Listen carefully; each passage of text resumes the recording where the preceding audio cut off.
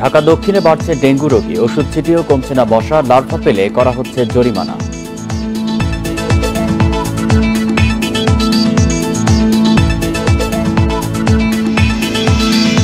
Printing press খুলে supreme কোর্টের court ফি জালিয়াতি, প্রতিষ্ঠান সিলগালা গ্রেপ্তারে চলছে অভিযান।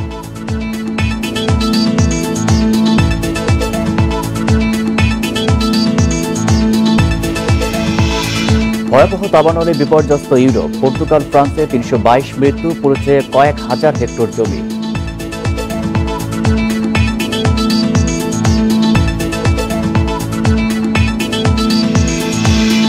স্বাগত সকাল ৯টার ১ ঘন্টার বিরতিহীন ইন্ডিপেন্ডেন্ট সংবাদে। আপনাদের সাথে আছি আমি আলী আশরাফ এবং আমি সাইনা ইসলাম। শিরোনাম শুনছিলেন, এবারে পুরো খবর। অপেক্ষা আর মোটে ৬ মাস, তারপরই খুলে যাচ্ছে নদীর তলের পথ বঙ্গবন্ধু টানেল। প্রথমে কিছুদিন সেতু কর্তৃপক্ষ নিজেরাই কমিশনিং বা গাড়ি চালিয়ে ত্রুটি বিচ্যুতি দেখবে, এরপর গাড়ি চলাচলের জন্য খুলে দেয়া হবে টানেলটি। তবে বিস্ফোরক কিংবা দাহ বস্তুবাহী যানবাহন টানেলে না চালানোর সিদ্ধান্ত নিচ্ছে সেতু কর্তৃপক্ষ। মোটরসাইকেলের মতো ছোট গাড়ির চলাচলও বন্ধ থাকতে পারে টানেলে। জোরে সোরে এগিয়ে চলছে বঙ্গবন্ধু টানেলের নির্মাণ কাজ। এরই মধ্যে ৮৭% কাজ শেষ হয়েছে। কর্ণফুলী নদীর তলদেশে নির্মিত এই টানেল নিয়ে আগ্রহের শেষ নেই। চলমান টানেলের খনন শেষ হয়েছে গেল অক্টোবরে। এর অভ্যন্তরে দুটি টিউবের মধ্যে প্রথম টিউবে লেন স্ল্যাব স্থাপনও শেষ হয়েছে। যান চলাচল উপযোগী করতে পেভমেন্ট স্ল্যাব বসানোর কাজও শেষ ৮০%। এখন চলছে দুই টিউবে ৩টি আন্তঃসংযোগের কাজ। সময়মতো টানেলটি চালু করতে দিনরাত ২৪ ঘন্টা চলছে কর্মযজ্ঞ। দ্রুত এগিয়ে চলছে বিদ্যুৎ, বায়ু চলাচল, অগ্নি প্রতিরোধ ব্যবস্থা সহ টোল প্লাজা ও অ্যাপ্রোচ সড়কের কাজ। সাইকেল চলা যাবে না, মোটর সাইকেল অথবা ওই যাবে কিনা সেটা কর্তৃপক্ষের সিদ্ধান্তের ব্যাপার আছে।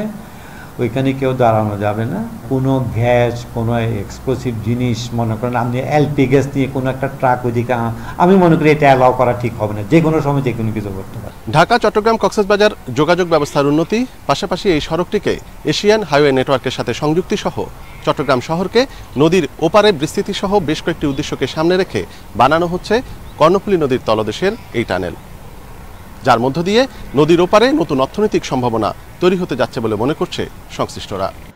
ব্যবসায়ী ও নগর পরিকল্পনাবিদরা বলছেন, টানেলের পুরোপুরি সুফল পেতে নদীর ওপারে বিভিন্ন প্রকল্পের বাস্তবায়ন এখনই শুরু করা উচিত। বাংলাদেশের সাথে কক্সবাজারের দক্ষিণ চট্টগ্রামের একটা বড় কানেক্টিভিটি হবে, এবং এই কানেক্টিভিটি হলে কি হবে, দুইটা শহর হবে।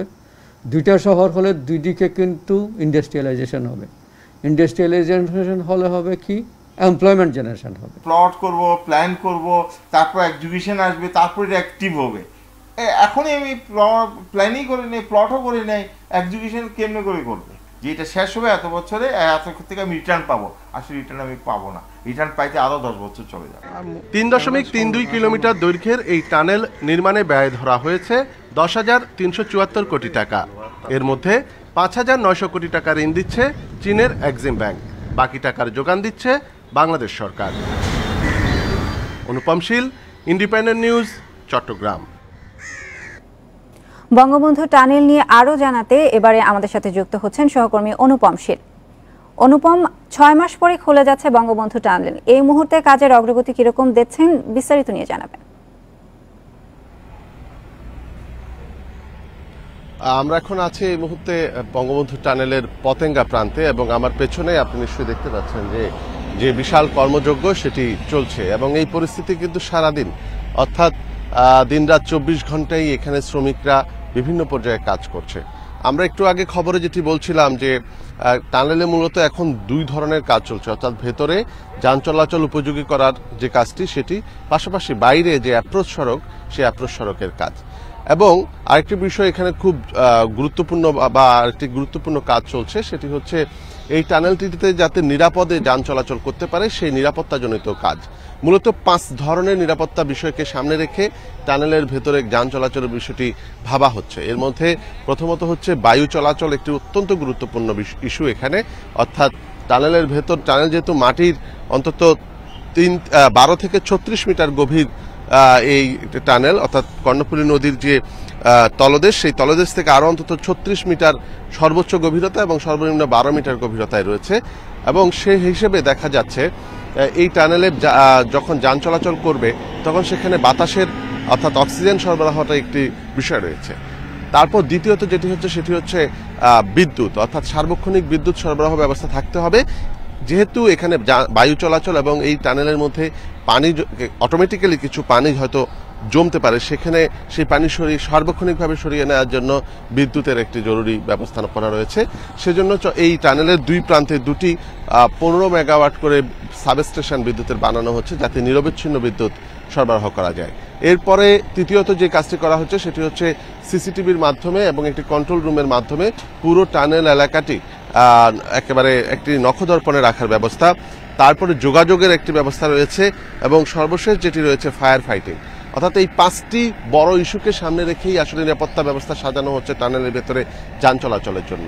তবে এখানে এখন যেটি হচ্ছে যে কাজ চলছে, কমিশনিং করা হবে, অর্থাৎ টানেল কর্তৃপক্ষ নিজেরাই সেখানে গাড়ি চালিয়ে এটা কত সময়ের জন্য চালানো হবে সেটা এখনো ঠিক হয়নি, এবং গাড়ি চালিয়ে সেখানে টানেলের নিরাপত্তা বিষয় কতটা উপযোগী সেটি তারা পরীক্ষা করে দেখবেন। আর আউটার বা অন্য বাইরের যে অ্যাপ্রোচ সড়কের কাজ সেটি ইতিমধ্যে 95% মতো শেষ হয়েছে বলে টানেল কর্তৃপক্ষ আমাদেরকে জানিয়েছেন। সবকিছু ঠিক থাকলে ডিসেম্বর নাগাদ এই টানেল যান চলাচলের জন্য খুলে দেওয়া হতে পারে। তবে এখনো কিছু কাজ রয়েছে যেটি আসলে হয়তো কিছু সময় বাড়ানো হতে পারে এবং এখানে কিছু সংশোধনীয় রয়েছে। সেই সংশোধনী তারপরও এখানে সেতু কর্তৃপক্ষ ধারণা করছেন যে তারা হয়তো নির্ধারিত সময়ের মধ্যে এই টানেলের কাজ শেষ করতে পারবে। বঙ্গবন্ধু টানেলের নির্মাণ কাজের বিস্তারিত নিয়ে জানাচ্ছিলেন আমাদের সহকর্মী অনুপম শীল। ডলার সংকটে জ্বালানি তেল আমদানি ঋণপত্র খুলতে চায় না ব্যাংক। বাংলাদেশ পেট্রোলিয়াম কর্পোরেশন বলছে বড় অঙ্কের আমদানি বিল পরিশোধেও বারবার বিলম্ব হচ্ছে। এতে জ্বালানি তেল বিক্রেতাদের কাছে ভাবমূর্তি ক্ষুণ্ণ হচ্ছে। অন্যদিকে বিলের নিশ্চয়তা পেতে নতুন শর্ত দেয়া সরবরাহকারীর তালিকা থেকে বাদ দিতে হয়েছে চীনা এক তেল কোম্পানিকে। ডিজেল, ফার্নেস অয়েল, অকটেন সহ কয়েক রকম জ্বালানি আমদানি করে বাংলাদেশ। 1 বছরের ব্যবধানে বিশ্ববাজারে ডিজেলের দাম দ্বিগুণ ছাড়িয়েছে, বেড়েছে অন্যান্য জ্বালানির দামও। এসব আমদানিতে প্রতি মাসে এখন 40 থেকে 45 মিলিয়ন ডলারের 16 থেকে 17টি ঋণপত্র খুলতে হয়। বাংলাদেশ পেট্রোলিয়াম কর্পোরেশন রাষ্ট্রীয় 4 বাণিজ্যিক ব্যাংক ও 3টি বেসরকারি ব্যাংকে এসব লেনদেন করে। তবে ডলারের চাহিদা মেটাতে না পারায় গত 3 মাস ধরে আমদানি বিল পরিশোধ ও এলসি খোলায় গড়িমসি করছে ব্যাংকগুলো। প্রথমত নানানভাবে বলতে চেষ্টা করেন যে এলসি তাদেরকে যত কম দেয়া যায় বা পারলে না দেয়া। যারা আমাদের সাপ্লায়ার তাদের কাছে আমাদের যে ভাবমূর্তি, যেটা যে আমরা ডিউ টাইমে পেমেন্ট দিয়ে দিতাম, এলসি খুলতাম, সেই ভাবমূর্তিটা, আস্থাটা একটা সংকটের মধ্যে পড়ার উপক্রম হয়েছে। জ্বালানি তেল জাহাজীকরণের পর 30 দিনের মধ্যে বিল পরিশোধ করতে হয়। বিপিসি সময় মতো টাকা দিলেও ব্যাংকগুলো ডলার সংকটে তা ক্লিয়ার করতে পারছে না। সংকট তুলে ধরে প্রধানমন্ত্রী কার্যালয়, অর্থ বিভাগ সহ উচ্চ পর্যায়ে দফায় দফায় চিঠি দিয়েছে বিপিসি। একজন সাপ্লায়ার তো এই কারণে শেষ পর্যন্ত এবার সাপ্লাই চেইন থেকে সে বেরিয়ে গেছে। সে আমাদেরকে কন্ডিশন দিয়েছে যে আপনারা যদি লিখিত আকারে এই না দেন, কমিটমেন্ট না দেন, এবং সেটা ফ্রম বাংলাদেশ ব্যাংক অথবা বাংলাদেশ গভর্নমেন্ট, বা যেটা আমাদের চুক্তির অংশ এর আগে কোনো কালে ছিল না। আমরা বলেছি না, এই শর্ত আমাদের পক্ষে মানা সম্ভব না, এবং তারা বলেছে না মানলে আমরা এবার সাপ্লাইয়ে অংশগ্রহণ করব না। জ্বালানির মতো গুরুত্বপূর্ণ খাতে সরবরাহ ব্যবস্থা ঠিক রাখতে বাংলাদেশ ব্যাংক ডলার সরবরাহ অব্যাহত রাখবে বলে আশাবাদ প্রতিমন্ত্রীর। ডলারের ক্রাইসিস নিয়ে তো আমাদের প্রতিনিয়ত বাংলাদেশ ব্যাংক এবং ফাইন্যান্সের সাথে বসা হচ্ছে। আমার মনে হয় মূলত এই বিষয়টা আমরা সলভ করে ফেলছি, এখন এটা ওরকম ক্রাইসিস হবে না। দেশের চাহিদা অনুযায়ী সর্বোচ্চ 35 থেকে 40 দিনের জ্বালানি তেল মজুত করতে পারে বিপিসি, যার প্রায় শতভাগই আমদানি নির্ভর। Hari Saha, independent News, Dhaka. ওষুধ ছেটানোর পরও মশার উপদ্রব কমছে না, এতে বাড়ছে ডেঙ্গু রোগীর সংখ্যাও। এ অবস্থায় গুরুত্ব বুঝে এলাকা ভিত্তিক মশা নিধনে জোর দিচ্ছেন ঢাকা দক্ষিণ সিটি কর্পোরেশন। লার্ভা পাওয়া গেলে জরিমানা করতে পরিচালনা করা হচ্ছে 5টি ভ্রাম্যমাণ আদালত। দক্ষিণ ঢাকার ৬৮ নম্বর ওয়ার্ডের বড়ভাঙা ক্যানেল এলাকা। স্টাফ কোয়ার্টার থেকে বোর্ডমিল পর্যন্ত ১.৫ কিলোমিটার খালটি মশার মূল উৎস। স্থানীয়রা বলছেন দিনে যেমন তেমন, রাতে মশার অত্যাচারে তাদের জীবন দুর্বিষহ। মাঝে মধ্যে ওষুধ দেওয়া হলেও অবস্থার উন্নতি নেই। অত্যাচারে আমরা খুবই অতিষ্ঠিত। এখানে মাঝে মধ্যে ওষুধ ছিটানো হয়, কিন্তু ওষুধে কোনো কার্যকারিতা নাই।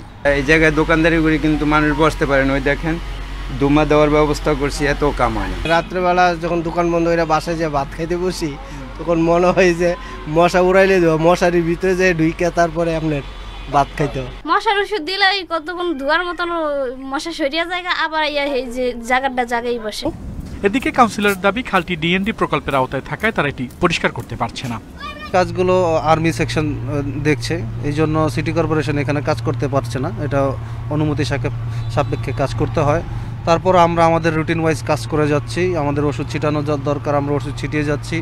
যাত্রাবাড়ি, মুগদা, মাতুয়াল সহ পুরান ঢাকার যেসব এলাকায় মশা বেশি, সেখানে বেশি ডেঙ্গু আক্রান্ত। তাই সেখানে গুরুত্ব দিয়ে মশা নিধনে কাজ করছে সিটি কর্পোরেশন।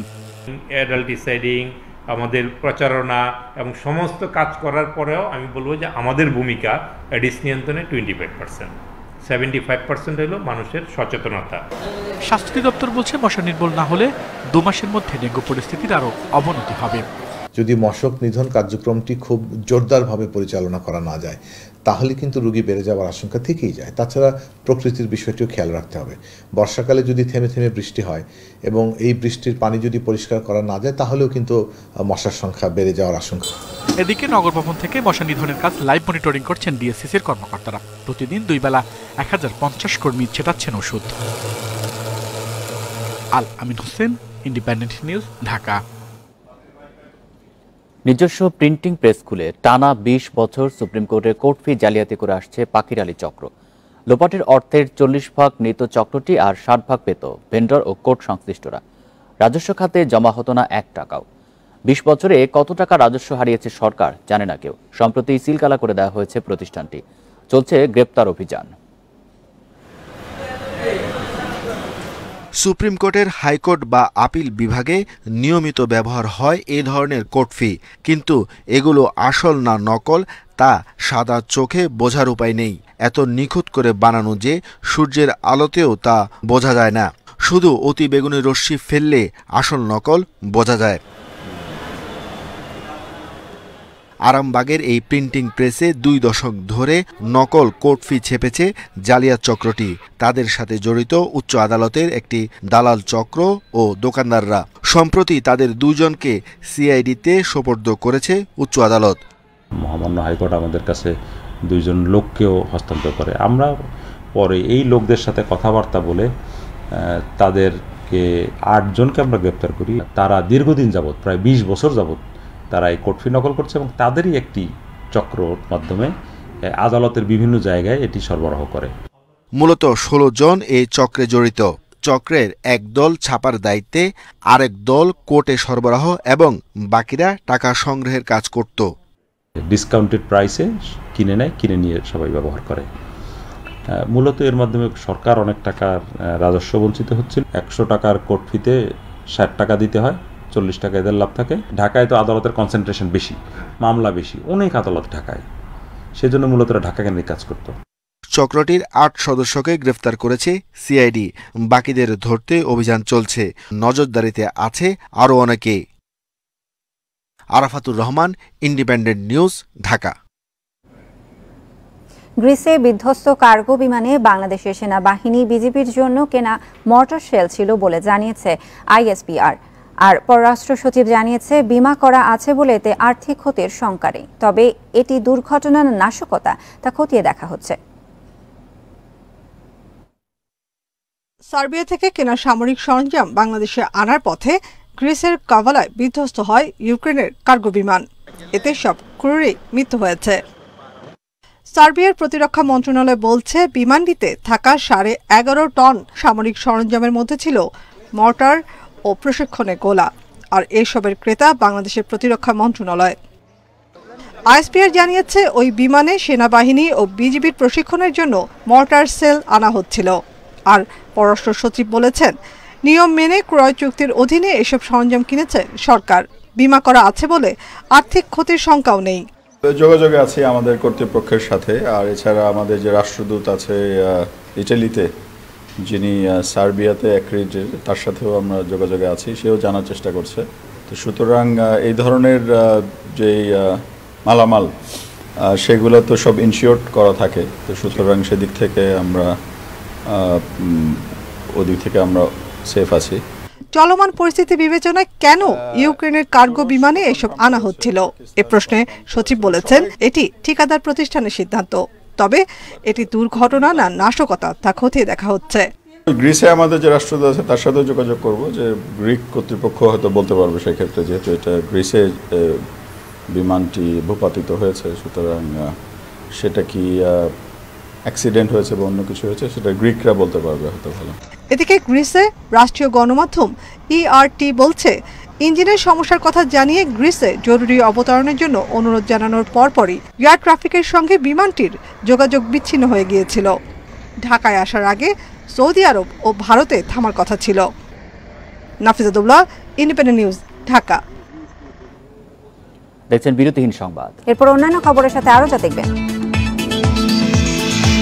ভারতে পঞ্চদশ প্রেসিডেন্ট নির্বাচনের ভোট গ্রহণ আজ, দৌড়ে এগিয়ে দ্রৌপদী মুর্মু ও যশবন্ত সিনহা।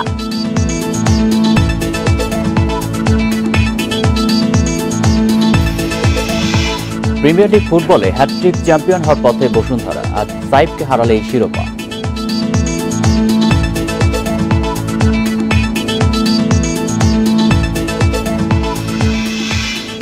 পদ্মা সেতুতে যান চলাচলের পর এবার শুরু হচ্ছে রেল লাইন বসানোর কাজ। এ মাসেই সেতুর নিচতলায় শুরু হবে রেলের স্লিপার বসানোর কাজ। রোববার রেলওয়েকে কাজ করার অনুমতিপত্র দিয়েছে সেতু কর্তৃপক্ষ। প্রকল্প পরিচালক জানান, আগামী বছরের জুনে কমলাপুর থেকে ফরিদপুরের ভাঙা পর্যন্ত পদ্মা সেতুতে ট্রেন চলাচলে পরিকল্পনা রয়েছে। ২৬ জুন পদ্মা সেতু যান চলাচলের জন্য খুলে দেয়া হয়। নানান জটিলতায় আটকে ছিল সেতুর রেল সংযোগের কাজ। প্রাথমিক পরীক্ষা শেষে এবার সেতুর নিচতলায় রেল লাইন স্থাপনের কাজ শুরু করবে রেলওয়ে। আর পুরাটা করে ফেলাইছি, এখন এই যে দেখতেই তো আছেন আপনারা, এই কাজটা শেষ হলে আমাদের রেলের এই কাজটা মানে শুরু হয়ে যাবে। ঢালাইটা ভালোভাবে এই জায়গায় অ্যাডজাস্ট হয়, এই কারণে আমরা স্কোয়ার করতেছি এই জায়গায়। সেতুর মাওয়া থেকে জাজিরা প্রান্ত পর্যন্ত কারিগরি পরীক্ষা শেষ হয়েছে। কর্তৃপক্ষ জানায়, সেতুর উপরিভাগে যান চলাচলের কারণে সৃষ্ট কম্পনের মাত্রা স্বাভাবিকের চেয়ে অনেক কম, তাই রেলের কাজ চলার সময় সেতুতে যান চলাচল স্বাভাবিক থাকবে। আমাদের নিয়োজিত ঠিকাদার ভাইব্রেশন মেপেছে, এটা মাত্র 0.13 জি, যেটা আমাদের কোডের লিমিটের অনেক নিচে। তারপরেও তারা যদি আরও আধুনিক যন্ত্রপাতি দিয়ে টেস্টে ধরা পড়ে, তখন হয়তো গাড়ির গতি কিছুটা কমানো লাগতেও পারে, না লাগার সম্ভাবনাই বেশি। এবং গাড়ি বন্ধের কোনো প্রশ্নই আসে না যে গাড়ি বন্ধ করতে হবে, আমার মনে হয় না এটা দরকার পড়বে। রোববার পদ্মা সেতুর নিচতলা আনুষ্ঠানিকভাবে বুঝে পেয়েছে রেলওয়ে কর্তৃপক্ষ। রেললাইন স্থাপনের সম্ভাব্যতা যাচাই শেষে আগামী সপ্তাহে শুরু হবে স্লিপার বসানোর কাজ।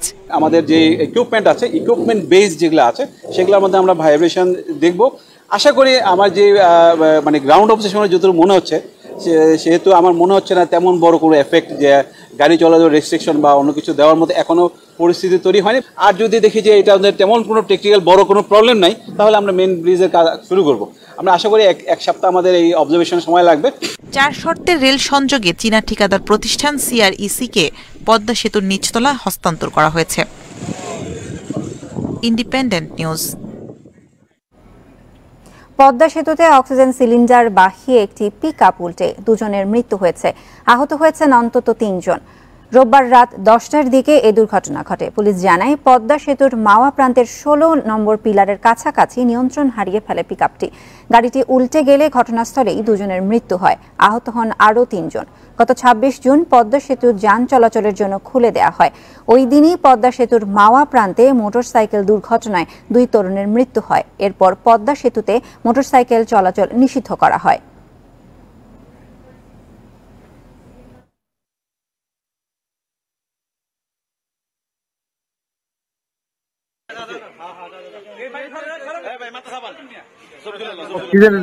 গ্যাস ভর্তি একটা পিকআপ সিলিন্ডার ভর্তি, এই উল্টে গেছে ব্রিজের উপরে 16 এবং 17 নম্বর পিলারের মাঝামাঝি 15-10টায়। এরা সরানো হয়েছে, রাস্তা ক্লিয়ার, 2 জন মারা গেছে। ওদেরকে পাই না, হসপিটাল নেওয়ার পর নাকি 2 জন মারা গেছে, একজন ঢাকা মেডিকেলে রেফার করছে। সুষ্ঠু নির্বাচনের স্বার্থে প্রয়োজন হলে পদ ছেড়ে দেবেন প্রধান নির্বাচন কমিশনার কাজী হাবিবুল আওয়াল। রাজনৈতিক দলের সাথে সংলাপে তিনি বলেন, কারো এজেন্ডা বাস্তবায়ন করতে আসেননি। এ সময় সিইসি মন্তব্য করেন, ভোটের মাঠে কেউ তলোয়ার নিয়ে দাঁড়ালে প্রতিপক্ষকে দাঁড়াতে হবে রাইফেল নিয়ে। দ্বাদশ জাতীয় সংসদ নির্বাচনকে সামনে রেখে রাজনৈতিক দলের সাথে সংলাপ শুরু করেছে নির্বাচন কমিশন। প্রথম দিনে বৈঠক হয়েছে জাতীয়তাবাদী গণতান্ত্রিক আন্দোলন সহ 3টি দলের সঙ্গে। নেতারা বলেন, সুষ্ঠু ও অংশগ্রহণমূলক নির্বাচনের দায়িত্ব নিতে হবে কমিশনকেই। বাংলাদেশ ন্যাশনালিস্ট ফ্রন্ট বিএনএফ এর প্রত্যাশা, নির্বাচন কমিশন সাংবিধানিক প্রতিষ্ঠান হিসেবে অর্পিত দায়িত্ব পালনে বলিষ্ঠ ভূমিকা পালন করবে। সংলাপে সিইসি বলেন, সব দল সহযোগিতা না করলে ব্যর্থ হবে কমিশন। সব রাজনৈতিক দলকে ভোটের মাঠে থাকার আহ্বান জানান তিনি। আপনি মাঠে যাবেন, মাঠে খেলবেন, আমরা রেফারি, আমাদের অনেক ক্ষমতা আছে, ক্ষমতা কিন্তু কম না, আমরা ক্ষমতা প্রয়োগ করব। মাঠে যদি কেউ তলোয়ার নিয়ে দাঁড়ায়, আপনাকেও একটা রাইফেল নিয়ে বা আরেকটা তলোয়ার নিয়ে দাঁড়াতে হবে। আপনি যদি দৌড় দেন, তাহলে আমি কি করব? আমি আপনাকে প্রোটেক্ট করবো, কি করব? কাজে আমরা সাহায্য করব, আমাদের কমান্ড থাকবে, পুলিশের উপর আমাদের কমান্ড থাকবে, সরকারের উপর আমাদের কমান্ড থাকবে। অন্য কেউ পিস্তল নিয়ে আসলে আমরা শটগান নিয়ে আসতে পারি না, কারণ আইন আমাদেরকে বাধা দেয় শটগান নিয়ে আসতে। অন্য কেউ যখন পিস্তল নিয়ে আসে বা 100 জন নিয়ে আসে, ওই 100 জনের পৃষ্ঠপোষকতা করার জন্য সরকারি ফান্ড থেকে বছরের পর বছর টাকা গেছে। সিইসি বলেন, 2014 ও 18 সালের নির্বাচনের দায় বর্তমান কমিশন নেবে না। সরকার সহযোগিতা না করলে নির্বাচনের পরিণতি ভয়াবহ হবে বলে মন্তব্য করেন তিনি। একটি মাত্র দল নির্বাচন করে 300টি আসনে জয়ী হয়ে সরকার গঠন করতে সাংবিধানিকভাবে কোনো বাধা নেই। তবে ইতিহাসের প্রক্ষেপণ বলে, সেক্ষেত্রে অচিরেই গণতন্ত্রের অপমৃত্যু হবে, স্বৈরতন্ত্র মাথা জাগিয়ে তুলবে, গণতন্ত্রের আরাধ্য পুনরুদ্ধার হয়ে পড়বে দুরূহ। কারো এজেন্ডা বাস্তবায়ন করতে আসেনি মন্তব্য করে সিইসি বলেন, সুষ্ঠু নির্বাচনের স্বার্থে প্রয়োজনে পদ ছেড়ে দেবেন।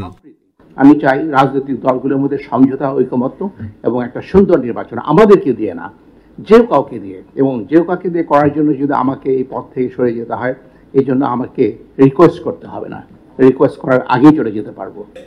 সিইসি বলেন, কোনো সরকারের অধীনে নির্বাচন হবে না, নির্বাচন করবে কমিশন।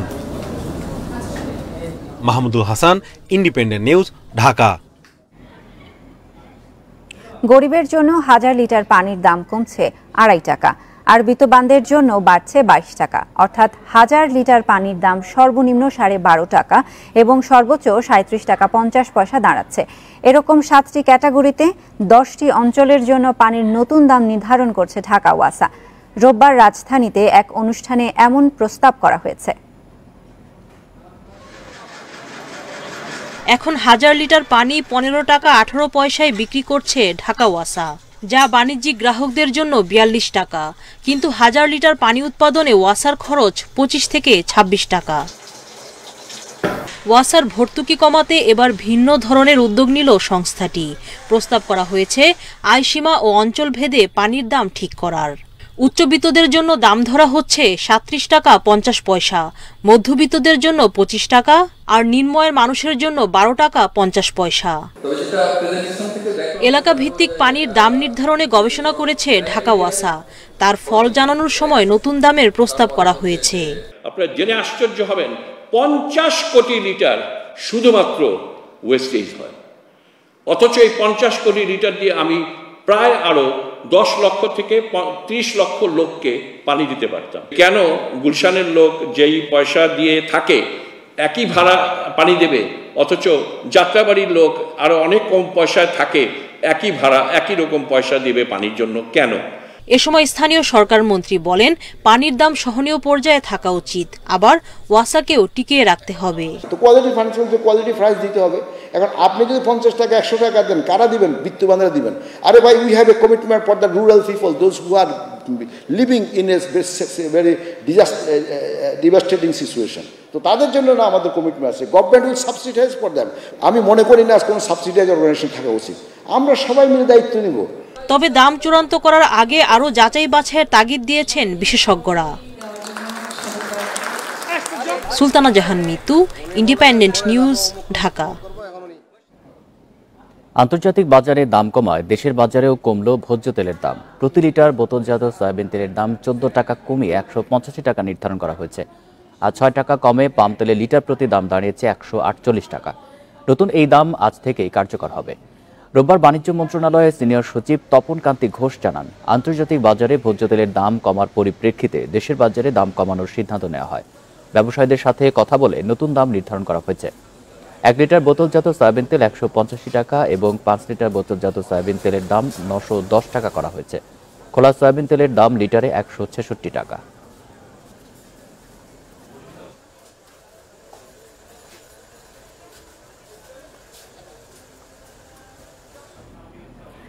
দু 2020-21 অর্থ বছরে চমক দেখালেও বিদায়ী বছরে প্রবাসী আয়ের গতি ধরে রাখতে পারেনি। অবৈধ চ্যানেলে টাকা পাঠানো বা হুন্ডি এর বড় কারণ বলে মনে করছেন পর্যবেক্ষকরা।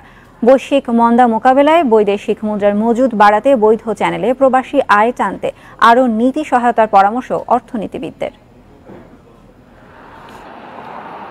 বিশ্বের বিভিন্ন দেশে অবস্থান করছেন প্রায় 1.25 কোটি বাংলাদেশি।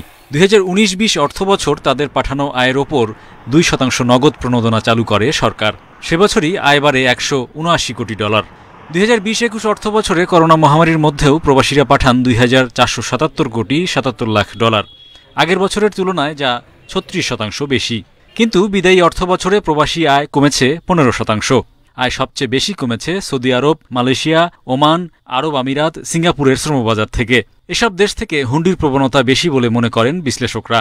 যে সেভিংসগুলো প্রবাসী বাংলাদেশিদের ছিল অথবা যারা তাদের ছোটোখাটো যেসব ছিল সেগুলো তারা অফিসিয়াল চ্যানেলে পাঠিয়ে দিয়েছে। দ্বিতীয় ছিল যে ট্রাভেল মুভমেন্টটা কম থাকার কারণে সব টাকাই কিন্তু অফিসিয়াল চ্যানেলে এসছে, কোম্পানির হয়ে টাকাটা আসে না। হুন্ডিটাকে বন্ধ করবার জন্য সরকারি উদ্যোগ এবং সরকারের সবসময় যেন ইমিডিয়েট মেজারগুলো থাকে। গত অর্থবছর যুক্তরাষ্ট্রের বাজারে তেমন না কমলেও প্রবাসী আয় বেড়েছে যুক্তরাজ্য, ইতালি থেকে। এসব দেশে থাকা প্রবাসীরা সচেতন ও শিক্ষিত, তাই তারা বৈধ পথে দেশে অর্থ পাঠিয়ে আকর্ষণীয় বিনিয়োগ সুবিধাও নেন বলে মত অর্থনীতিবিদদের। একটা হলো আপনি আনতেছেন, সেখানে একটা ইনসেন্টিভটা বাড়ানো যায় কিনা, আর একটা হলো তাদেরকে যদি ফাইন্যান্সিয়াল সেক্টরে অন্য কোনো আমরা প্যাকেজ অফার করি যে ঠিক আছে আপনি এই চ্যানেলে আসলে এই ইমিডিয়েটলি এই সেভিংসে এই রেটটা পাবেন যেটা অ্যাট্রাক্টিভ। সবাই যাতে ফর্মাল চ্যানেলে আনার ব্যাপারে যতগুলো এভিনিউ আছে সবগুলো কিন্তু একসাথে আমাদের এক্সপ্লোর করতে হবে, সেটা in the form of deposit, in the form of loan, in the form of সঞ্চয়পত্র। দেশের জিডিপিতে প্রবাসীদের পাঠানো আয়ের সামগ্রিক অবদান 12% মতো। চলতি অর্থ বছরের শুরুতে ঈদ উপলক্ষে এক সপ্তাহেই এসেছে প্রায় $91 কোটি। Hari Saha, independent News, Dhaka. রংপুরের রাস্তাগুলোতে বেড়েছে অনুমোদনহীন ব্যাটারি চালিত 3 হুইলার যানবাহন। এতে কোনো কোনো স্থানে তীব্র যানজটে নাকাল সড়কে চলাচলকারীরা। দুর্ঘটনায় প্রাণ যাচ্ছে সাধারণ জনগণের। এ বিষয়ে খুলনা থেকে জানাবেন সহকর্মী নজরুল ইসলাম। নজরুল, খুলনায় কি পরিমাণ এরকম অনুমোদনহীন যানবাহন চলাচল করছে, কি ধরনের সমস্যা এগুলো সৃষ্টি করছে, আর প্রশাসনের পক্ষ থেকে কেন ব্যবস্থা নেওয়া হচ্ছে না? দেখুন, আসলে রংপুর সিটি কর্পোরেশন এবং রংপুর নগরীতে আমরা যেটা তথ্য অনুযায়ী জানতে পেরেছি যে প্রায় 48,000 অটো রিক্সা কিন্তু চলাচল করছে, অর্থাৎ 3 হুইলার এবং 3 চাকার ইজি বাইক। এটি আসলে আপনি যদি একটু দেখায় যেটি মহাসড়ক, রংপুর ঢাকা মহাসড়ক এবং দিনাজপুর পঞ্চগড় রোড, এই রোডে আপনি নিশ্চয়ই দেখতে পাচ্ছেন যে 3 হুইলার অর্থাৎ 3 চাকার ইজি বাইকগুলো তারা কিন্তু চলাচল করছে। অর্থাৎ এই সব যে ইজি বাইক এটি কিন্তু রংপুরের পীরগঞ্জ, মিঠাপুকুর এবং বলদিপুকুর থেকে বিভিন্ন জায়গাতে কিন্তু চলাচল করছে মহাসড়ক দিয়ে। এর কারণে কিন্তু আমরা দেখেছি যে অনেক দুর্ঘটনা ঘটেছে। আমরা যদি বলি যে গত 1.5 বছরে কিন্তু 520টি দুর্ঘটনা ঘটেছে, এর মধ্যে মৃত্যুবরণ করেছে প্রায় 300 উপরে মানুষ। এটি কিন্তু পুলিশের তথ্য অনুযায়ী আমরা যে জানতে পেরেছি। এই 3 হুইলার অর্থাৎ 3 চাকার ইজি বাইকের কারণে কিন্তু যে যানবাহনগুলো চলাচল করছে অর্থাৎ রংপুর ঢাকা মহাসড়কে, এই যানবাহনগুলো তাদের ধীর গতি হচ্ছে, অর্থাৎ দ্রুত গতিতে তারা চালাতে পারছে না। এটি কিন্তু মহাসড়কে যেটি অর্থাৎ বাস চলাচল করছে তাদের কিন্তু তথ্য অনুযায়ী এবং চালকদের দাবি অনুযায়ী চালকরা বলছেন যে এই 3 হুইলার রিমোট রাস্তা থেকে অর্থাৎ তড়িঘড়ি করে উঠে গিয়ে কিন্তু এই দুর্ঘটনা ঘটায়। আপনারা নিশ্চয়ই জানেন যে কয়েকদিন আগত কিন্তু রংপুরের পীরগাছা এবং কাউনিয়া একটি দুর্ঘটনা ঘটেছে শুধু 3 হুইলারের কারণে। এই 3 হুইলারের দুর্ঘটনার কারণে কিন্তু আমরা দেখেছি 6 জন যাত্রী কিন্তু মারা গেছে 3 চাকার গাড়ি থেকে। তবে সব মিলে দেখা যাচ্ছে যে রংপুরে কিন্তু এখন এটির ব্যাপক চলাচল করছে, অর্থাৎ 3 হুইলার। এটিকে প্রশাসনের পক্ষ থেকে আমরা দেখেছি কোনো ধরনের অভিযানের তৎপরতা দেখেনি। কয়েকদিন আগত যে অভিযান করা হয়েছে কিন্তু এটি সিটি কর্পোরেশনের কারণে কিন্তু এই অভিযান করতে পারেনি। অর্থাৎ সিটি কর্পোরেশন কিন্তু একটি টোকেন মানি দিয়ে কিন্তু তাদেরকে চলাচল করার জন্য অনুমোদন দিয়েছে। এটি কিন্তু 5200 অটো রিক্সা, কিন্তু আর বাকিগুলো কিন্তু এখন পর্যন্ত সেটি অর্থাৎ অনুমোদন দেওয়া হয়নি। সব মিলে দেখা যাচ্ছে যে রংপুরে এখন 48,000 3 হুইলার মহাসড়কে চলাচল করছে। রংপুর থেকে জানাচ্ছেন সহকর্মী নজরুল ইসলাম। চুয়াডাঙ্গার জীবননগরে 3 ফসলি জমিতে সোলার পাওয়ার প্ল্যান্ট বসানোর চেষ্টা করছে বিদেশি একটি প্রতিষ্ঠান। এর প্রতিবাদে হাতে বিষের বোতল ও গায়ে কাফনের কাপড় জড়িয়ে বিক্ষোভ করছেন চাষিরা। তাদের অভিযোগ, জমি বিক্রিতে বাধ্য করতে নানা অপচেষ্টা চালাচ্ছে প্রভাবশালী মহল। দেয়া হচ্ছে হয়রানিমূলক মিথ্যা মামলা। 3 ফসলি জমিতে শিল্প কারখানা স্থাপনে নিষেধাজ্ঞা থাকলেও জীবননগর উপজেলার কৃষ্ণপুর গ্রামে 180 একর জমিতে সৌর বিদ্যুৎ প্রকল্প স্থাপনের প্রক্রিয়া শুরু করেছে সিঙ্গাপুর ভিত্তিক প্রতিষ্ঠান সাইক্লেক্ট এনার্জি পিটিআই লিমিটেড। প্রতিষ্ঠানটির পক্ষে কাজ করছে স্থানীয় কিছু প্রভাবশালী। জমি বিক্রি করতে মালিকদের নানাভাবে চাপ দিচ্ছেন তারা। 3 আবাদের জমি, ধান, পাট, আলু, ভুট্টা সব আবাদের জমি। এই জমি যদি চলে যায় আমার সন্তানরা না খেয়ে মরবে। প্রায় 4000 লোকের বাস, ধরেন একটা মাঠ ছাড়া আমাদের কোনো মাঠ নেই। এই মাঠে আমরা কামাই করে খাই, যদি এই মাঠটা চলে যায় আমরা কি করে খাবো? আমাদের বহুরূপী পুলিশ দিয়ে আমাদের হয়রানি করছে। এমনকি আমাদের কৃষ্ণপুর গ্রামের একটি পুরুষ ছেলেও রাত্রে বাসায় সুন্দরভাবে ঘুমাতে পারে না। জেলা কৃষি বিভাগ কৃষ্ণপুরের মাঠকে 3 ফসলি জমি হিসেবে ঘোষণা দিয়েছে অনেক আগেই। প্রধানমন্ত্রী কর্তৃক ঘোষিত যে 2-3টি ফসল যেখানে হয় সেখানে যদি কৃষি জমিতে পরিণত হয় তাহলে আমাদের জীবন জীবিকা ক্ষতিগ্রস্ত হবে বলে আমরা মনে করি। প্রকল্পটি বন্ধের দাবিতে সম্প্রতি স্মারকলিপি প্রদান ও বিক্ষোভ কর্মসূচি পালন করে কৃষকরা। 3 ফসলি জমির ক্ষতি করে কোনো প্রকল্প বাস্তবায়ন হবে না বলে জানিয়েছেন জেলা প্রশাসক। কৃষকরা যাতে তাদের জমিতে কৃষিকাজ করতে পারে, জীবিকা নির্বাহ করতে পারে, সেই বিষয়টা আমাদের দেখার বিষয় রয়েছে। তো সর্বোপরি এই ঘটনাগুলো আমি সামারাইজ করে মিনিস্ট্রিতে জানাবো এবং সরকারকে অভিযোগ করব। এর আগে এক কৃষকের কিছু জমি লিজ নিয়ে প্রকল্পের সাইনবোর্ড বসালে তা ভেঙে ফেলা হয়। এ ঘটনায় গ্রামের 150 জনের বিরুদ্ধে 2টি মামলা করে স্থানীয় 2 ব্যক্তি। একজনকে গ্রেফতারের পর বিক্ষুব্ধ হয়ে ওঠে এলাকাবাসী। Independent news. অনভিজ্ঞ চালক ও অসতর্কতার কারণে বান্দরবানের থানচি সড়কে বাড়ছে দুর্ঘটনা। এসব দুর্ঘটনা এড়াতে সড়কটির জীবননগর পাহাড়ের আঁকাবাঁকা 8 কিলোমিটার অংশে স্থাপন করা হয়েছে সতর্কতামূলক সাইনবোর্ড। ঝুঁকিপূর্ণ বাঁক ও সরু সড়কে দ্রুতগামী যানবাহন ও চালকদের সুবিধার্থে এমন উদ্যোগ নিয়েছে জেলা প্রশাসন। বান্দরবান সদর থেকে 79 কিলোমিটার দূরে থানচি উপজেলা। এখানে যাতায়াতের সবথেকে ঝুঁকিপূর্ণ স্থান জীবননগর পাহাড়। এই পাহাড়ের 8 কিলোমিটার অংশে রয়েছে 17টি ঝুঁকিপূর্ণ বাঁক, যেখানে সামান্য অসতর্কতায় ঘটে ভয়াবহ দুর্ঘটনা। বিশেষ করে জীবননগর প্রথম থেকে ওদের কিছুটা চেকিং দেওয়া দরকার। যারা বাইরে থেকে যারা আসতেছে, তাদেরকে বাইরের ড্রাইভার দিয়ে ড্রাইভ না করে লোকাল গাড়ি অথবা লোকাল ড্রাইভার দিয়ে ড্রাইভ করাটা সবচেয়ে বেটার বলে মনে করি। আমাদের একটু অভিজ্ঞতা আছে, যার কারণে আমরা সতর্কভাবে আসি। কোন গিয়ারে কোন উড়ুনি উঠতে হবে এটা আমার জানা আছে, তো বাইরের লোকেরা জানে না, খুব করে চলে যাই বস। জীবননগরের এই পাহাড়ে সড়ক দুর্ঘটনায় গত 3 বছরে মারা গেছে 9 জন। গত 3 মাসে 3টি সড়ক দুর্ঘটনায় বুয়েটের স্টাফ সহ প্রাণ হারান 5 জন। এরপরেই টনক নড়েছে স্থানীয় প্রশাসনের। ঝুঁকিপূর্ণ বাঁক ও সরু সড়কে দ্রুতগামী যানবাহন ও চালকদের সুবিধার্থে আঁকাবাঁকা 8 কিলোমিটার অংশে স্থাপন করেছে সতর্কতামূলক সাইনবোর্ড। রাস্তাটা কিরকম বাঁকা, সেখানে কোন কোন জায়গায় সতর্ক অবস্থান নিতে হবে সেটা জেলা প্রশাসনের নির্দেশে উপজেলা প্রশাসন থেকে আমরা সেখানে বিলবোর্ড স্থাপন করেছি। আমরা রাস্তা ওয়াইড বাড়ানোর জন্য ইসিবি যেহেতু রাস্তাগুলো করে ইসিবি দৃষ্টি আমরা আকর্ষণ করেছি এবং রোডস অ্যান্ড হাইওয়েকে আমরা অনুরোধ করেছি। এদিকে পর্যটকদের নিরাপত্তায় সার্বক্ষণিক কাজ করছে টুরিস্ট পুলিশ। আমরা পুলিশ মোতায়েন রেখেছি, যখন তারা চেকপোস্টের সম্মুখীন হয় তখন আমরা তাদেরকে বোঝাই, বিশেষ করে স্পেশাল ড্রাইভার এবং যারা ঢাকা থেকে ড্রাইভার নিয়ে আসছেন তাদেরকে আমরা জানাচ্ছি যে আপনারা এই টার্ন লিডিং পয়েন্ট আছে, সেখানে গাড়ি চালানোর সময় সাবধানতা অবলম্বন করবেন। দুর্ঘটনা কমাতে গাড়ি চালকদের পাহাড়ি সড়কে নিরাপদে ভ্রমণের পাশাপাশি পাহাড়ি বাঁকগুলো প্রশস্তের দাবি জানিয়েছেন স্থানীয়রা। Independent news. এ নিয়ে আরও জানাতে বান্দরবান থেকে যোগ দিচ্ছেন সহকর্মী বঙ্কিং মার্মা। বঙ্কিং, দুর্ঘটনা রোধে জেলা প্রশাসন থেকে যে উদ্যোগ নেওয়া হয়েছে, সচেতনামূলক সাইনবোর্ড লাগানো হয়েছে, এটি চালকদের কতটা সচেতন করছে, আর এ বিষয়ে চালক এবং যাত্রীরা কি বলছেন? বান্দরবান থেকে থানচি আসলে দুর্গম একটি পথ। বান্দরবান থেকে থানচি 79 কিলোমিটার ধরে এই থানচিতে যেতে হয়। তো মূলত যে কয়েকটি জায়গায় যে সকল ঝুঁকিপূর্ণ বাঁক রয়েছে। বেশিরভাগ বান্দরবান সদর থেকে 54 কিলোমিটার জায়গায় জীবননগর পাহাড়, যেখান থেকে শুরু করে 8 কিলোমিটার টাঙ্কি পাড়া পর্যন্ত গিয়ে শেষ, সেখানে কিন্তু যে বাঁকগুলো রয়েছে সেগুলো কি আসলে প্রচুর পরিমাণে ঝুঁকি হওয়ার কারণেই কিন্তু আসলে জেলা প্রশাসক উদ্যোগে এটি নিয়েছেন। এটি মূলত বিষয় হলো যে গত মে মাসে যে সড়ক দুর্ঘটনা হয়েছে, এখানে বুয়েটের স্টাফ সহ 6 জন নিহত হয়েছেন। তো যার কারণে কিন্তু জেলা প্রশাসনের উদ্যোগে এই যে সকল ঝুঁকিপূর্ণ বাঁক রয়েছে সেখানে কিন্তু এই যে আপনার সাইনবোর্ড গুলো দেওয়া হয়েছে, এখানে সতর্কমূলক সাইনবোর্ড। তো আমরা থানচি জীবননগর পাহাড় এবং থানচি পর্যন্ত সড়কে বিভিন্ন ড্রাইভারের সাথে কথা বলেছি এবং বিভিন্ন রাইডারের সাথে আমরা কথা বলেছি। তারা যেটি আমাদেরকে জানিয়েছেন আসলে এটি আসলে একটু বড় আকারে দেওয়ার কারণে কিন্তু পর্যটক যারা কখনো থানচি যাননি তাদের জন্য আসলে অনেকখানি উপকৃত হয়েছেন। এবং পাশাপাশি তারা যেটি জানিয়েছেন সেটি হলো শুধুমাত্র এই সতর্কতামূলক নয়, সড়কটি আসলে প্রশস্ত বড় করা দরকার জানিয়েছেন।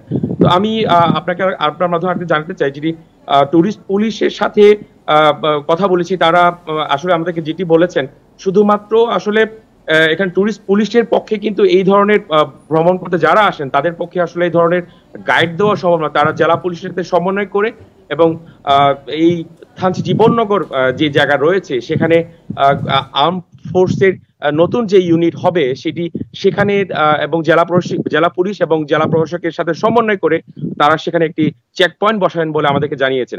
তো মূলত এটি যেটি বসানো হবে সেখানে বসানো হলেই আসলে এলাকাবাসী পাশাপাশি হচ্ছে যারা বিভিন্ন জায়গা থেকে বিভিন্ন প্রান্ত থেকে দেশের প্রান্ত থেকে যারা বেড়াতে আসেন, যারা দর্শনার্থী আসেন, তাদের জন্য এটি খুবই উপকার হয় বলে আমাদেরকে স্থানীয়বাসীরা জানিয়েছেন। বান্দরবান থেকে জানাচ্ছিলেন সহকর্মী মংকিং মার্মা। প্রাকৃতিক উপকরণে বাহারি পণ্য তৈরির উদ্যোগে সাফল্য পেয়েছে গাজীপুরের মেহেদী হাসান। তার তৈরি পণ্য রপ্তানি হচ্ছে 32টি দেশে, আর তার উদ্যোগে কর্মসংস্থান হয়েছে 3000-এর বেশি মানুষের।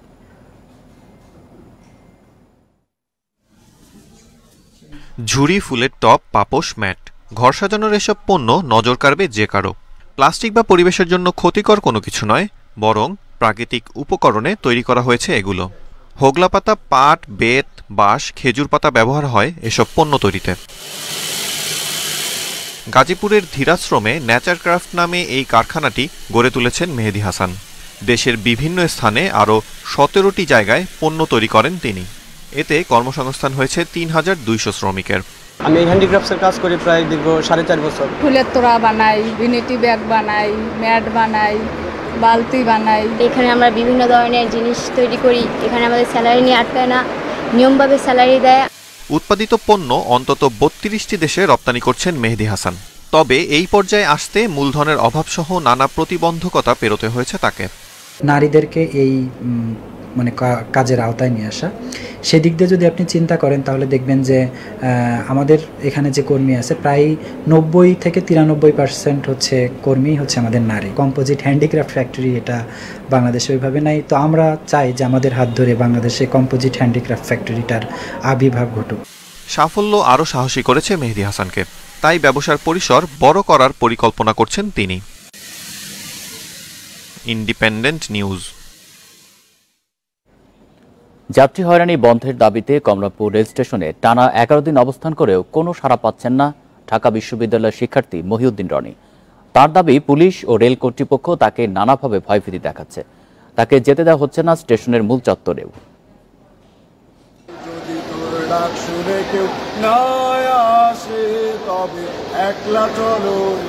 গানের কথা মাঝে মধ্যেই মিলে যায় বাস্তব জীবনের সঙ্গে। প্রতিবাদী এ যুবক মহিউদ্দিন রনি পড়েন ঢাকা বিশ্ববিদ্যালয়। তবে সব পরিচয় ছাপিয়ে তিনি এখন প্রতিবাদের এক মূর্ত প্রতীক। সবাই থাকে মুখ ফিরায়, সবাই করে ভয়, তবে পরাণ খুলে মুখ ফুটে তোর মনের কথা একলা বলো রে। রেলের অব্যবস্থাপনা নিয়ে একাই লড়ছেন রনি।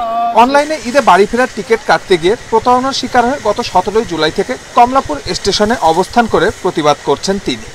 তো তারা আমাকে নিরুৎসাহিত করছে এখানে, যে বলছে যে রনি দেখো তুমি এগুলা করো না, বাংলাদেশ রেলওয়ের যে সিন্ডিকেট এরা এত স্ট্রং, এরা মন্ত্রীকে পর্যন্ত কাঁপায় দেয়। যার কাছে যে সবাই আমাকে আশাহত করে এই কথা একই বলছে, ভাই আমি যদি এখান থেকে চলে যাই আজকে তাহলে এই সমস্যার সমাধান কি জীবনে হবে? রনির প্রতিবাদকে ভালোভাবে নিচ্ছেন না রেল কর্তৃপক্ষ। এরই মধ্যে স্টেশন সংলগ্ন কোনো জায়গায় অবস্থান করতে দেওয়া হচ্ছে না তাকে। তবে তার প্রতিবাদে একাত্মতা জানিয়েছে অনেকেই। মাদকসেবী যারা আছে, সিন্ডিকেট যারা আছে, তাদেরকে দিয়ে এখানে এই জায়গা থেকে শোডাউন দেওয়া হয় এবং হচ্ছে তারা আমাদেরকে গালিগালাজ করে। আমি এখানে অনেক যে ছেলেমেয়েগুলো ছিল তাদের সেফটির জন্য আমি তাদেরকে পাঠিয়ে দিয়েছি, বলেছি এখানে অবস্থান করার দরকার নেই, আমি একা পারবো। এই দাবিটা শুধু রনির না, আমি মনে করি এই বাংলাদেশের আপামর মানুষ যারা রেল সেবা নিয়ে থাকেন প্রত্যেকের দাবি এটি। আমি আসছি এই জিনিসটা সত্যিকারই অর্থে রনি ভাইয়ের সাপোর্ট করার জন্য। এরই মধ্যে রনির সঙ্গে সংহতি জানিয়ে প্রতিবাদ হয়েছে চট্টগ্রাম ও মৌলভীবাজারেও। Suman Tanvir, Independent News, Dhaka. বিশ্বে একদিনে 5 লাখের বেশি করোনা রোগী শনাক্ত হয়েছে, প্রাণহানি হয়েছে 595 জনের। এ নিয়ে বিশ্বে করোনায় আক্রান্ত ছাড়িয়েছে 56 কোটি 76 লাখ, মোট প্রাণহানি 63,87,000-এর বেশি। একদিনে সর্বোচ্চ 1,04,000 রোগী শনাক্ত হয়েছে জাপানে। দেশটিতে এক সপ্তাহে সংক্রমণ বেড়েছে 107%। এদিকে 73,000 নতুন রোগী নিয়ে দ্বিতীয় স্থানে রয়েছে ফ্রান্স। 24 ঘন্টায় সর্বোচ্চ 79 জনের মৃত্যু হয়েছে ইতালিতে। এক সপ্তাহে দেশটিতে মৃত্যুর হার বেড়েছে 52%। এদিকে 71 জনের মৃত্যু নিয়ে দ্বিতীয় অবস্থানে রয়েছে মেক্সিকো। যুক্তরাষ্ট্রের সংক্রমণ ও মৃত্যু উভয়ই কমেছে। ভারতের সংক্রমণের হার কমলেও মৃত্যুর হার বেড়েছে 10%।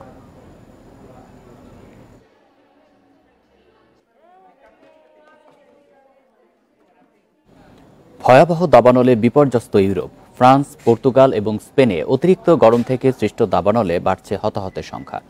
এখন পর্যন্ত দাবানলে পর্তুগালে 238 জন ও স্পেনে 84 জনের মৃত্যু হয়েছে। পুড়ছে কয়েক হাজার হেক্টর জমি। এদিকে তাপপ্রবাহ আরও এক সপ্তাহ অব্যাহত থাকবে বলে জানিয়েছে ইউরোপের আবহাওয়া অফিস। দাবানলে পুড়ছে স্পেন, ফ্রান্স ও পর্তুগাল। সপ্তাহখানেক ধরে চলা দাবানল নিয়ন্ত্রণে হিমশিম খাচ্ছে দমকল কর্মীরা। প্রতিদিনই বাড়ছে এই দাবানলের ভয়াবহতা। দাবানলের কারণে ফ্রান্সের গিরন্ডে অঞ্চলে 12,000-এর বেশি মানুষকে সরিয়ে নেওয়া হয়েছে। সেখানে 10,000 হেক্টর এলাকা জুড়ে ছড়িয়েছে দাবানল। দেশটির আটলান্টিক উপকূলে 22 অঞ্চলে জারি করা হয়েছে অরেঞ্জ অ্যালার্ট। আগুন নিয়ন্ত্রণে কাজ করছে 3,000 কর্মী। পর্তুগালের দক্ষিণ পূর্বাঞ্চলে এখন পর্যন্ত দাবানলে 30,000 হেক্টর জমি পুড়ে গেছে। সেখানে তাপমাত্রা ছুঁয়েছে 47 ডিগ্রি সেলসিয়াস। অতিরিক্ত গরম থেকে দেশটিতে বাড়ছে মৃতের সংখ্যা। সাধারণের চেয়ে এবার অনেক আগেই দাবদাহের কবলে স্পেন। চলতি বছরে এটি স্পেনের দ্বিতীয় তাপপ্রবাহ। শনিবার স্পেনে 45.7 ডিগ্রি সেলসিয়াস রেকর্ড করা হয়েছে। দাবানলে শুধুমাত্র সিয়েরা ডেলা অঞ্চলেই পুড়েছে 13,000 হেক্টর জমি। স্পেনের পরিবেশ মন্ত্রণালয় জানিয়েছে তারা সারা দেশে 17টি দাবানল নিয়ন্ত্রণে কাজ করছে। দক্ষিণাঞ্চলে মিজাজ পাহাড়ে দাবানল ছড়িয়ে পড়ায় খালি করা হয়েছে 8টি গ্রাম। ইতালিতে দাবানল ছড়িয়ে পড়ার কারণে জরুরি অবস্থা জারি করা হয়েছে। গ্রিসে 50 কিলোমিটার এলাকা জুড়ে ছড়িয়ে পড়া দাবানল বাতাসের গতির কারণে নিয়ন্ত্রণে হিমশিম খাচ্ছে কর্মীরা। এদিকে মরক্কোর 4 প্রদেশে কয়েকটি গ্রামের বাসিন্দাদের দাবানলের কারণে নিরাপদ আশ্রয়ে সরিয়ে নেওয়া হয়েছে। আবহাওয়ার এমন বিরূপ অবস্থার জন্য জলবায়ু পরিবর্তনের প্রভাবকে দায়ী করছেন আবহাওয়াবিদরা। এমন অবস্থায় স্থানীয় বাসিন্দাদের পর্যাপ্ত পানি পান করা এবং যতটা সম্ভব বাড়িতে থাকার পরামর্শ দিচ্ছেন বিশেষজ্ঞরা। Tahmid Abrar, independent news. ঋণ মূল্যস্ফীতি ও বৈদেশিক মুদ্রার রিজার্ভ কমায় অর্থনৈতিক সংকটের দ্বারপ্রান্তে বিশ্বের 12টি দেশ। Argentina, Ukraine, Pakistan, Tunisia, Ghana, মিশর সহ আরও একাধিক দেশের নাম রয়েছে এই তালিকায়। এদিকে এরই মধ্যে ঋণ শোধ করতে পারেনি রাশিয়া, লেবানন। পঞ্চদশ প্রেসিডেন্ট নির্বাচনে ভোট গ্রহণ আজ। ভোট গণনা করা হবে বৃহস্পতিবার আর নতুন প্রেসিডেন্ট শপথ নেবেন 25 জুলাই। ভারতের সংসদ সদস্য ও বিধায়কদের ভোটে প্রেসিডেন্ট নির্বাচিত হবেন। প্রেসিডেন্ট হওয়ার দৌড়ে এগিয়ে আছেন এনডিএ প্রার্থী দ্রৌপদী মুর্মু। ক্ষমতাসীন দল বিজেপি তাকে সমর্থন দিয়েছে। অন্যদিকে বিরোধীদের মনোনীত প্রার্থী সাবেক অর্থমন্ত্রী যশবন্ত সিনহা। 1950 সালে প্রজাতন্ত্র হওয়ার পর থেকে ভারতে এখন পর্যন্ত 14 জন প্রেসিডেন্ট নির্বাচিত হয়েছেন। তাদের মধ্যে 12 জন 5 বছরের মেয়াদ পূর্ণ করেছেন। প্রথম প্রেসিডেন্ট রাজেন্দ্র প্রসাদই একমাত্র ব্যক্তি যিনি পুনর্নির্বাচিত হয়েছেন। Opposition leaders gathered at the Parliament Annex for the meeting convened by the Nationalist Congress. অত্যাধুনিক রকেট সিন্ডিকেট হাইমার্স সহ ইউক্রেনকে সরবরাহকৃত যুক্তরাষ্ট্র ও পশ্চিমা বিশ্বের অসংখ্য অস্ত্র ধ্বংসের দাবি করেছে রাশিয়া। যদিও সামরিক বিশেষজ্ঞরা বলছেন হাইমার্স শনাক্ত ও ধ্বংস করা ঝুঁকিপূর্ণ কাজ। এদিকে লুহানস্কের গভর্নর দাবি করছেন অঞ্চলটি রাশিয়ার দখলে থাকলেও দুটি গ্রাম এখনও ইউক্রেনের নিয়ন্ত্রণে রয়েছে। নেতৃত্বের গুণাবলী নিয়ে প্রশ্ন ও রাশিয়ার সঙ্গে যোগসাজশের অভিযোগে ইউক্রেনের নিরাপত্তা বাহিনীর প্রধান ও প্রসিকিউটর জেনারেলকে বরখাস্ত করেছেন প্রেসিডেন্ট ভলোদিমির জেলেনস্কি। তিনি জানান নিজ দেশের সঙ্গে বিশ্বাসঘাতকতার অভিযোগ রয়েছে আরও ৬০ কর্মকর্তার বিরুদ্ধে। প্রিমিয়ার লিগ ফুটবলে হ্যাটট্রিক চ্যাম্পিয়ন হওয়ার দ্বার প্রান্তে বসুন্ধরা কিংস। আজ সাইফ স্পোর্টিংকে হারালেই শিরোপা নিশ্চিত বসুন্ধরার। পরিসংখ্যানে এগিয়ে থাকলেও সাম্প্রতিক পারফরম্যান্সে সাইফের বিপক্ষে সতর্ক বসুন্ধরা কোচ অস্কার ব্রুজন। মুন্সিগঞ্জের মতিউর রহমান স্টেডিয়ামে ম্যাচ শুরু বিকেল ৪টায়। পেশাদারিত্বে অন্য সব ক্লাবের চেয়ে এগিয়ে বসুন্ধরা কিংস। প্রিমিয়ার লিগের অভিষেকে শিরোপা জিতে প্রমাণ করে দেয় তারাই ঘরোয়া ফুটবলের রাজা। আবাহনীর একচেটিয়া রাজত্বে হানা দিয়ে শ্রেষ্ঠত্ব বাগিয়ে নেয় বসুন্ধরা। এবার ইতিহাস গড়তে যাচ্ছে ক্লাবটি। প্রিমিয়ার লিগের হ্যাটট্রিক চ্যাম্পিয়ন হতে নিঃশ্বাস দূরত্বে বসুন্ধরার জায়ান্ট। প্রিমিয়ার লিগে অংশগ্রহণের পর টানা ৩ মৌসুমে লিগ শিরোপা জয়ের রেকর্ড একমাত্র ঢাকা আবাহনীর। এবার ভাঙছে সেই রেকর্ড। সোমবার সাইফ স্পোর্টিংকে হারালেই হ্যাটট্রিক চ্যাম্পিয়ন ব্রুজনের দল। যদিও করোনার কারণে মাঝে এক মৌসুম পরিত্যক্ত হওয়ায় অপেক্ষা বেড়েছে কিংসের। ১৯ ম্যাচে ৪৮ পয়েন্ট নিয়ে শীর্ষে বসুন্ধরা কিংস। ৭ পয়েন্ট পিছিয়ে ২-এ আবাহনী। বাকি ৩ ম্যাচের যে কোনো একটিতে জিতলেই চ্যাম্পিয়ন বসুন্ধরা। হ্যাটট্রিক চ্যাম্পিয়নশিপের উৎসব হবে বড় পরিসরে। যেহেতু এটা ঢাকার বাইরে খেলা, হয়তো আমাদের পক্ষে আমাদের উদযাপনটা হিসেবে ব্যাপক আকারে করা সম্ভব নাকি। আমাদের পরবর্তী খেলা আছে আমাদের নিজস্ব এরিয়াতে, সেক্ষেত্রে আমাদের উদযাপনটা একটু বড় আকারে হবে। মুন্সিগঞ্জে শিরোপা উদযাপনের প্রস্তুতি থাকলেও প্রতিপক্ষ সাইফ স্পোর্টিংকে নিয়ে সতর্ক কোচ অস্কার ব্রুজন।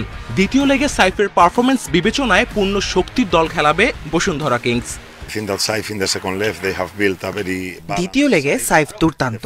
কাউন্টার অ্যাটাকে তারা যে কোনো সময় অঘটন ঘটাতে পারে। আমরাও সতর্ক থাকব। তাদের বিপক্ষে জয় দিয়ে শিরোপা নিশ্চিত করতে চাই। প্রিমিয়ার লিগে সর্বোচ্চ ৬ বারের চ্যাম্পিয়ন আবাহনী। শেখ জামাল জিতেছে ৩ বার। টানা ৩ মৌসুমে শ্রেষ্ঠত্ব বসুন্ধরা কিংসকে তুলছে অন্য উচ্চতায়।